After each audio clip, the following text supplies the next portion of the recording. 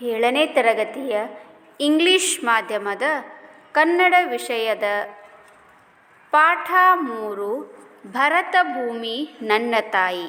ಇವತ್ತು ಈ ಪಾಠದ ಪದಗಳ ಅರ್ಥ ಮತ್ತು ಪ್ರಶ್ನೋತ್ತರಗಳನ್ನು ನೋಡೋಣ. ಮೊದಲಿಗೆ ಪದಗಳ ಅರ್ಥ.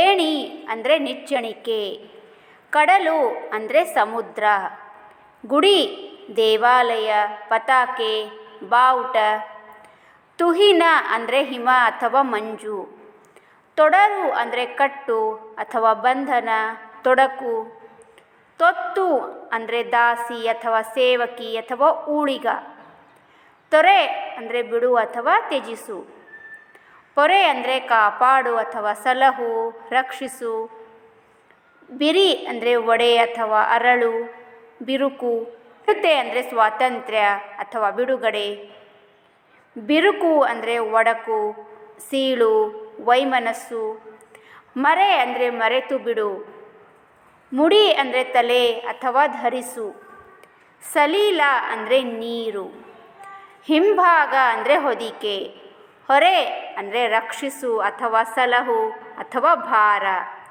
ಈಗ ಪ್ರಶ್ನೋತ್ತರಗಳನ್ನು ನೋಡೋಣ. ಮೊದಲಿಗೆ ಕೆಳಗಿನ ಪ್ರಶ್ನೆಗಳಿಗೆ ಒಂದು ವಾಕ್ಯದಲ್ಲಿ ಉತ್ತರಿಸಿರಿ. ಪ್ರಶ್ನೆ 1 ನೋಡೋಣ. ಕವಿ ಕುವೆಂಪು ಅವರು ಭಾರತ ದೇಶವನ್ನು ಯಾರಿಗೆ ಹೋಲಿಸಿದ್ದಾರೆ?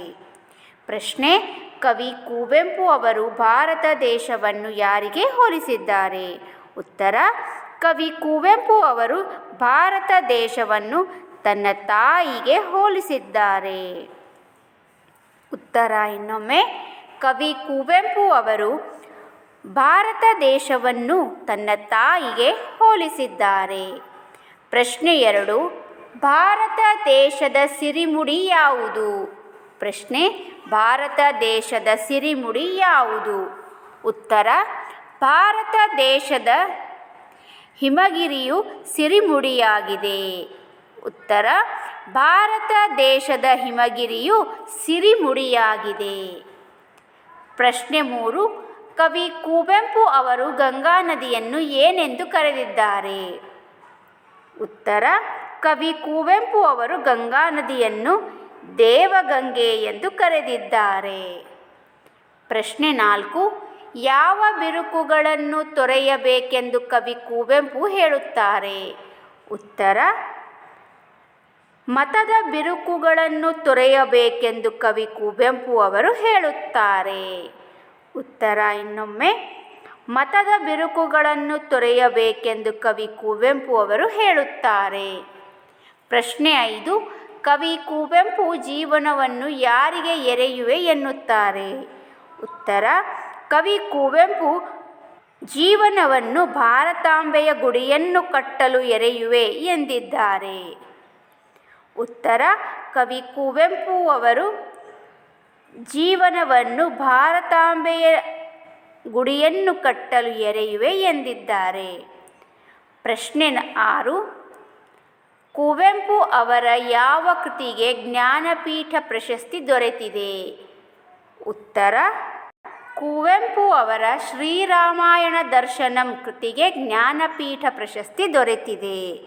ಉತ್ತರ: ಕುವೆಂಪು ಅವರ ಶ್ರೀರಾಮಾಯಣಂ ದರ್ಶನಂ ಕೃತಿಗೆ ಜ್ಞಾನಪೀಠ ಪ್ರಶಸ್ತಿ ದೊರೆತಿದೆ. ಮುಂದಿನ ಭಾಗ 2-3 ವಾಕ್ಯಗಳಲ್ಲಿ ಉತ್ತರಿಸಿರಿ. ಅದರಲ್ಲಿ ಪ್ರಶ್ನೆ 1: ಕುವೆಂಪು ಅವರು ಭಾರತದ ಪ್ರಾಕೃತಿಕ ಸಿರಿಯನ್ನು ಏನೆಂದು ವರ್ಣಿಸಿದ್ದಾರೆ? ಉತ್ತರ: ಭಾರತಾಂಬೆಯ ಮುಡಿಯನ್ನು ಹಿಮಪರ್ವತ ಆವರಿಸಿದೆ, ಅವಳ ಪಾದಗಳನ್ನು ಕಡಲುಗಳು ತೊಳೆಯುತ್ತಿವೆ, ಇಲ್ಲಿನ ಹಚ್ಚ ಹಸಿರಿನ ಪಚ್ಚೆ ಪೈರುಗಳು ಅವಳುಟ್ಟ ಸೀರೆಯಂತೆ ಕಾಣಿಸುತ್ತದೆ ಎಂದು ಕುವೆಂಪು ಅವರು ಭಾರತದ ಪ್ರಾಕೃತಿಕ ಸಿರಿಯನ್ನು ವರ್ಣಿಸಿದ್ದಾರೆ. ಪ್ರಶ್ನೆ 2: ನಮ್ಮ ಭಾರತ ದೇಶದಲ್ಲಿ ಹರಿಯುವ ಪ್ರಮುಖ ನದಿಗಳಾವವು? ಉತ್ತರ: ಸಿಂಧು, ಯಮುನೆ, ದೇವಗಂಗೆ, ತಪತಿ, ಕೃಷ್ಣ, ಭದ್ರೆ, ತುಂಗೆಯಂಥ ಪ್ರಮುಖ ನದಿಗಳು ನಮ್ಮ ಭಾರತ ದೇಶದಲ್ಲಿ ಹರಿಯುತ್ತವೆ.